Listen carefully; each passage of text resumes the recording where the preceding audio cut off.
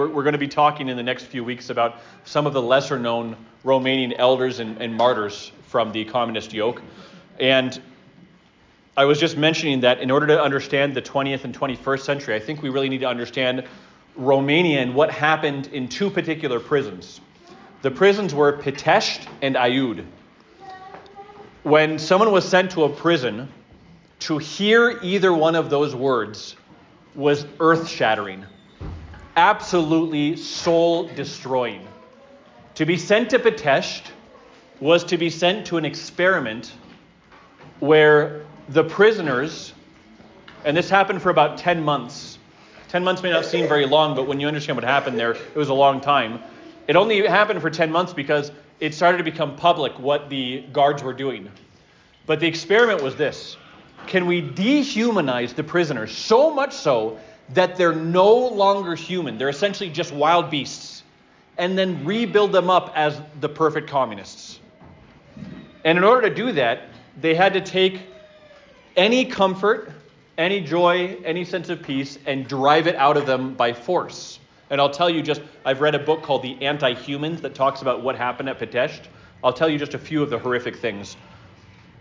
Psychologically and spiritually, what they would do is they would take church hymns and they would rewrite the hymns to make them mock Christ, mock the Panagia, mock the faith, mock the saints, and they'd make them sing them over and over and over again. They would make them reenact liturgy, only instead of bread and wine, they would use their own feces. They would beat them if while you were sleeping, and you could only sleep on your back, you could not lay on your side. You had to sleep perfectly on your back, which means you didn't really sleep very well at all. And if it looked like you were too peaceful, they assumed you were praying, and they would beat you senseless. They would play sadistic games. One of the games was you stood on the shoulders of another prisoner, and you did a perfect belly flop right on the ground. Of course, you'd break ribs doing this. But if you flinched at all, you got up and did it again and again and again until you did perfectly. These are the types of things they would do. The only way out of that, what's the only way out of that? Suicide. But if you tried to commit suicide, they would do everything they could to save you. And your punishment was they would strap you to a chair and they would beat your fellow prisoners even worse than before as a punishment. Do you know one of the figures that was in Pitești? Father George Calciu. He tried to commit suicide.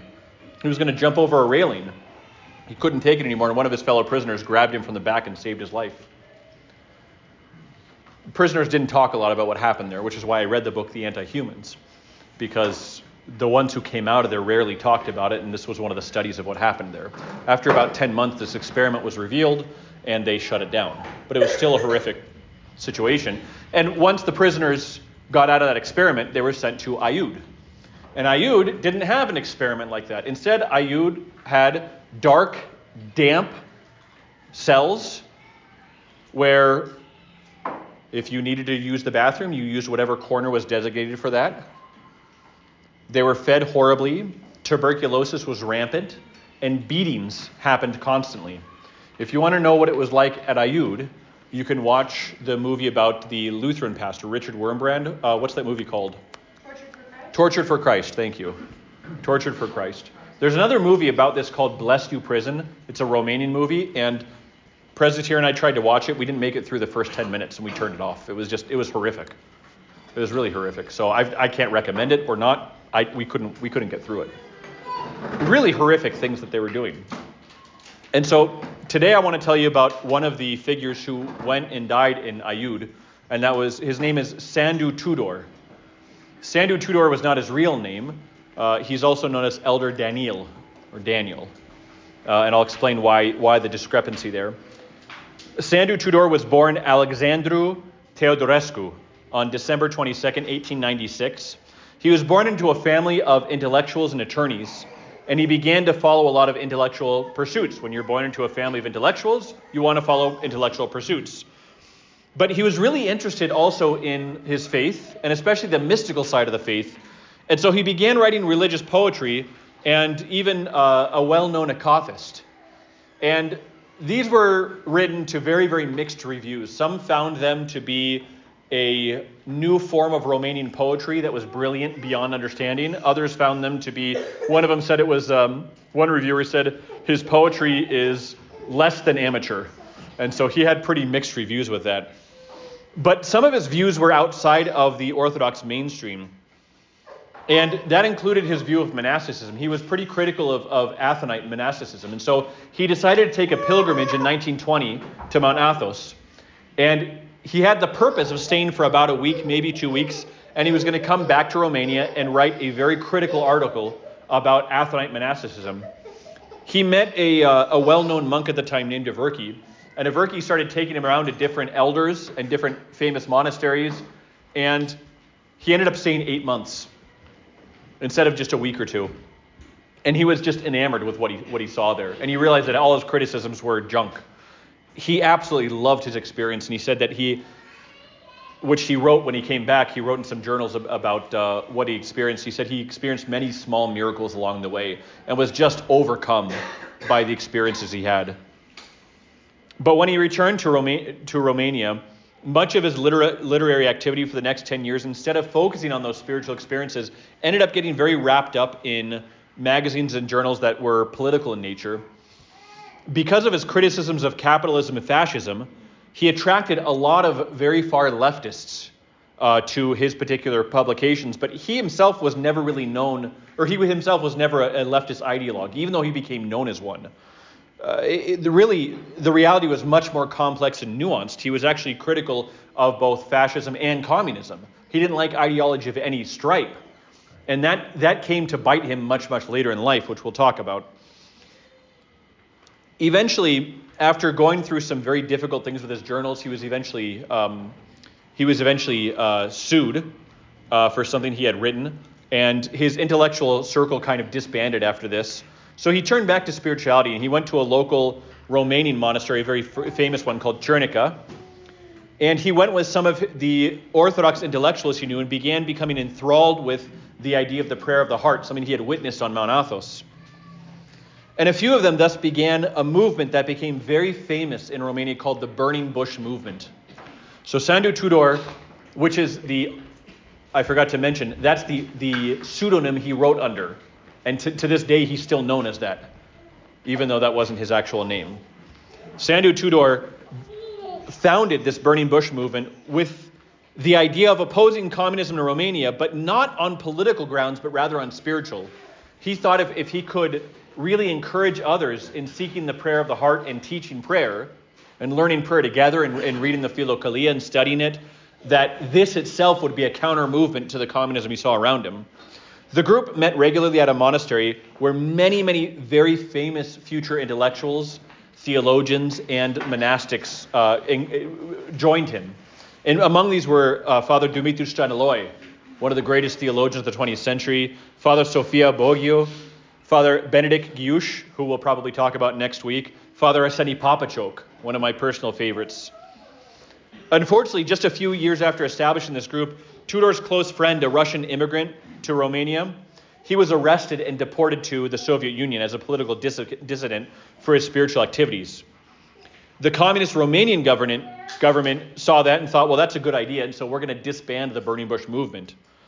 Tudor at that time had grown interest in aviation, and so even though this close intellectual group was disbanded, he didn't fall into despair. He instead put a lot of his focus into aviation, but while flying one day, he got into a very, very serious crash, which should have killed him, but it didn't.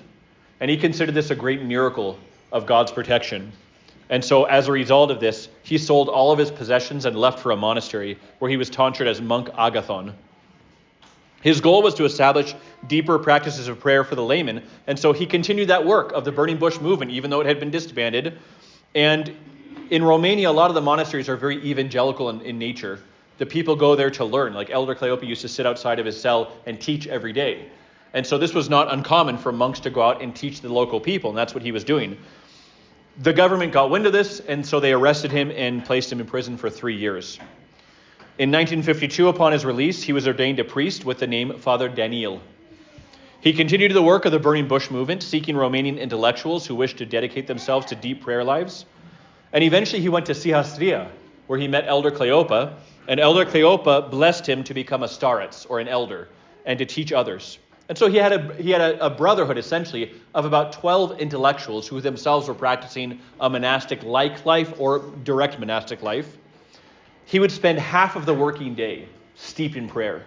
He became an absolute dedicated adherent to the prayer of the heart and trying to learn it as much as possible. 6 years later, the communists had had enough. They arrested him, claiming that the name Burning Bush Movement referred to the desire of the group to burn communists at the stake. Obviously absurd. And what they did is they realized when they arrested him, he went through a kangaroo court, but they still didn't have enough to make the public okay with arresting him and imprisoning him. And so they went back to his writings from the 1930s. And they found some anti-communist statements and said, this is the reason, you're a dissident. And so they sent him to prison. And Father Daniil heard that soul-wrenching word, Ayud. They would send him to Ayud. In Ayud, where he lived for about 4 years, the blessing was that he was reunited with many members of the Burning Bush movement who had also been imprisoned. This is the typical place they'd send them. And so they continued to practice as much prayer as possible and live in as much love as they could. But Sandhu Tudor, being the founder of that movement, was given what we could call special treatment from the communists. He was beaten constantly, tortured constantly. He's the only prisoner who had to wear ankle shackles all the time for 4 years, never released to them. He was beaten so severely that in November 17th, 1962, he suffered a massive stroke, probably due to the beatings, and he reposed. The guards then took a metal spike, they drove it through his heart to make sure he was dead, and they dumped him in a mass grave. And that was the inglorious ending for this great church figure. What's interesting is, having just come from the Archangel Michael Monastery in New Mexico, they have very large relics from the prisoners of Ayud. People to this day, they go digging around where the mass graves were and they find bones. And if the bones have this amber yellowish hue, they know that this is a sign of sanctity. And for other ones, they absolutely exude the most incredible fragrance. I was told a story that there's one monastery where a single bone will fill up an entire room with this fragrance whenever they open it. It's just really powerful. So many, but the problem is they don't know who these bones belong to, which ones belong to who. No one knows. You can't know. But you know that these are holy relics. And so people to this day go and they search these mass graves and they continue to find these bones and these relics of all these people who suffered so horrifically. But there's a reason I wanted to start with Sandhu Tudor of all the figures. And it's because of one particular story. Who here has read Father Arseny? It's an amazing book. And probably the most amazing scene is when Father Arseny is placed in the icebox, right? That same thing happened to Sandhu Tudor. And I want to read you the story of what happened to him when he was in Ayud.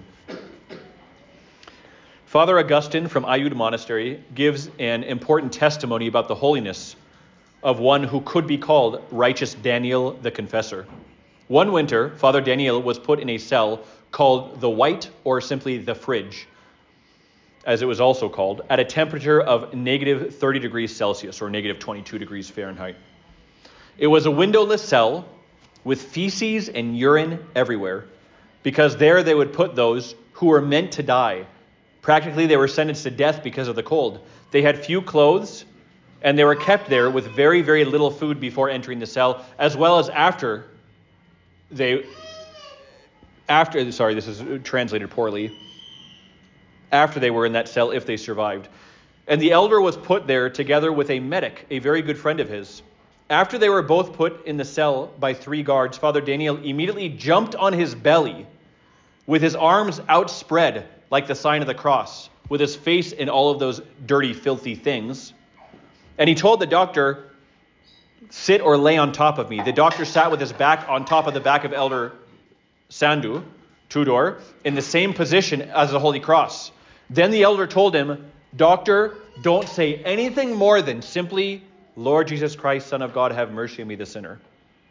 And the doctor later said that when Father Daniil started to pray, a blinding light entered the cell, and from that moment, he lost any notion of time. After a while, a few guards entered the cell, picked them up, and then they found out they survived in there 8 days without water, without food, without sleep, or anything to wear at negative 30 degrees Celsius. When the torturers entered the cell and touched Father Daniil, he was hotter than when they had brought him in the cell in the first place, and everything around him had melted. That's Father Daniil, who reposed at the Ayud Monastery. I want to show you, this is as an intellectual. I'll show you what he looked like first. As an intellectual, I think he looks like Lenin. This is what he looked like as an intellectual. And then, this is what he looked like as the monk and priest, Father Daniil. These are his mug shots when he entered Ayud. Of course, no pictures were taken of him once he was in. And this is one of a couple different icons I found of him. I love this one especially because you see, holding his arm, not only the cross of martyrdom, but in his other arm is the icon of the burning bush, which he had founded. And that's Father Daniil, or Sandhu Tudor, of Ayud Monastery. So next week we'll probably talk about Father Benedict Guiouche, who is one of his good friends. And hopefully with this you're satisfied with this series rather than the other one I was going to do.